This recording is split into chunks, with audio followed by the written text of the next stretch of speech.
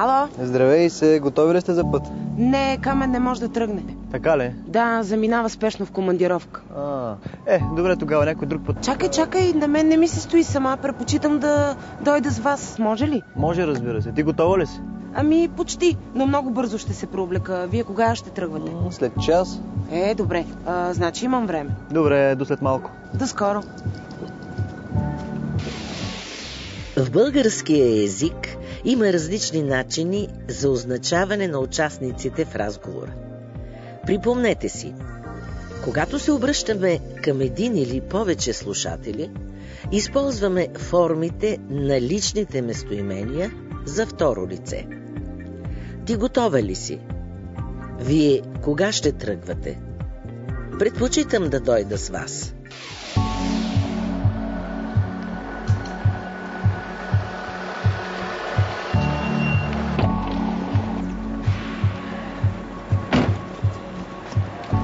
Какво се чудиш? Чуди се как успяхте да дойдете толкова бързо. Не виждаш ли, сигурата няма. А къде е? Не знам, каза, че не може да тръгне. Както и да искаш да влезем в колата, че е по-топло. Да. Много е хубаво това. Къде смеше такава музика? Да. Припомнете си, освен с личните местоимения за второ лице ти и вие, събеседникът се означава и с глаголните окончания за второ лице. Харесваш ли такава музика? Какво се чудиш? Как успяхте да дойдете толкова бързо? Така и така сме тук. Искаш ли да хапнем нещо? Да, но първо кажи ми защо Силвето не дойде. Искра, искаш ли да не говорим за това? Нека да сменим темата. Добре. Кажи ми как сме днес? Починахме ли се? Ох, не много. И какво правим сега? Цяла сутрин гледах децата на сестра ми. Това е досадно. Не е досадно, но изисква повече търпение. За всяко нещо трябва да ги увещаваш.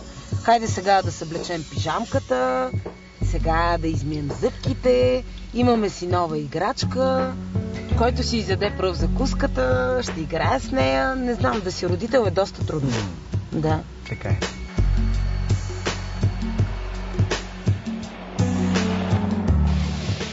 Обърнете внимание, когато изразяваме съпричастност или съчувствие към събеседника, вместо глагол във второ лице, можем да използваме глагол в първо лице множествено число.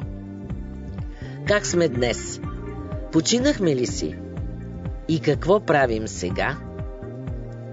Глаголи в първо лице множествено число, вместо глаголи във второ лице, се използват и при разговор на възрастни с деца за изразяване на съпричастност.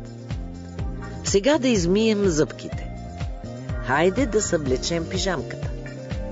Имаме си нова играчка.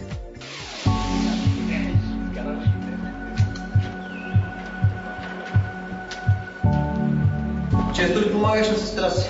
Да, тя много често пътува. Сигурно трудно се гледат две деца. Да, докато ги научиш на дисциплина. Аз изобщо не харесвам дисциплината. Имахме един учител по физическо в училище. Ужасен тип.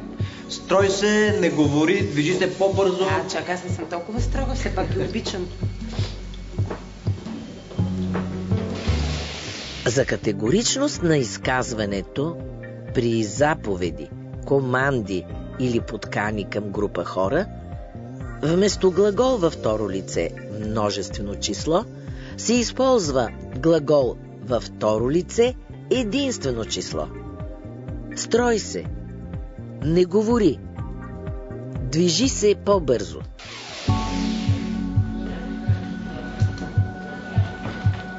Ти сигурен ли си, че си паркирал добре? Няма ли вероятност да те бутне друга кола? Няма страшно. Аз му говоря сериозно, а той се смее. Ти се благодари, че намериха място да паркираме. Аз се притеснявам, а него не го интересува. За изразяване на отрицателно отношение или неодобрение към събеседника могат да се използват глаголи и местоимения за трето лице единствено число. Аз му говоря сериозно, а той се смее. Аз се притеснявам, а него не го интересува. Аз му помагам, а той да не ми каже. това заведение не е ли малко луксозно? Има едно заведение в квартала, което е... Знам го. И аз не го харесвам. Там сервитьорите са дразнещо любезни. Да, какво обича господинът? А какво ще желая дамата? Госпожицата какво предпочита? Искре, трябвало е да станеш актриса. Да. Извинявайте, 2 бири, моля.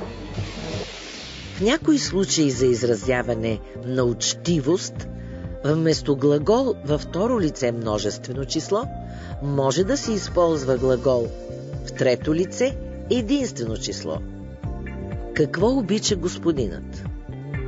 А какво ще желае дамата? Госпожицата какво предпочита? На здраве.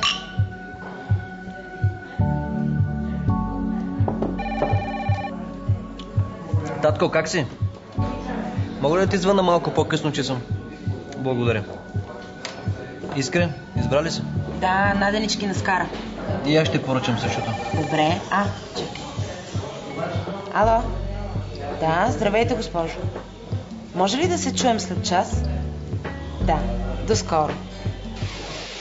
Обърнете внимание, освен с местоимения и глаголни окончания, говорещият означава събеседника си и с обращения. Татко, как си? Искре, готова ли си? Здравейте, госпожо. Извинявай, трябва да изляза за малко. Извинете, може ли да мина? Щавайте, бихте ли ми направили място? Още една бира, ако обичате. Когато събеседникът е непознат, вместо обращение може да се използват и изрази като извинете, прощавайте, ако обичате и други. Извинете, може ли да мина? Прощавайте, ще ми направите ли място? Още една бира, ако обичате.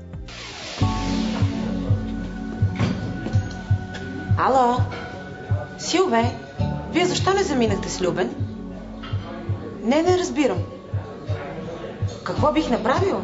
Бих му се обадила веднага по телефона и бих му се извинила. Да, обади му се. Хайде, после ще разказваш. Хайде. Май ставам за сватовница. В този урок видяхте. Ти готова ли си? Харесваш ли такава музика? Как сме днес? Сега да измием зъбките. Движи се по-бързо. Аз му говоря сериозно, а той се смее. Какво обича господинът? Татко, как си? Извинете, може ли да мина?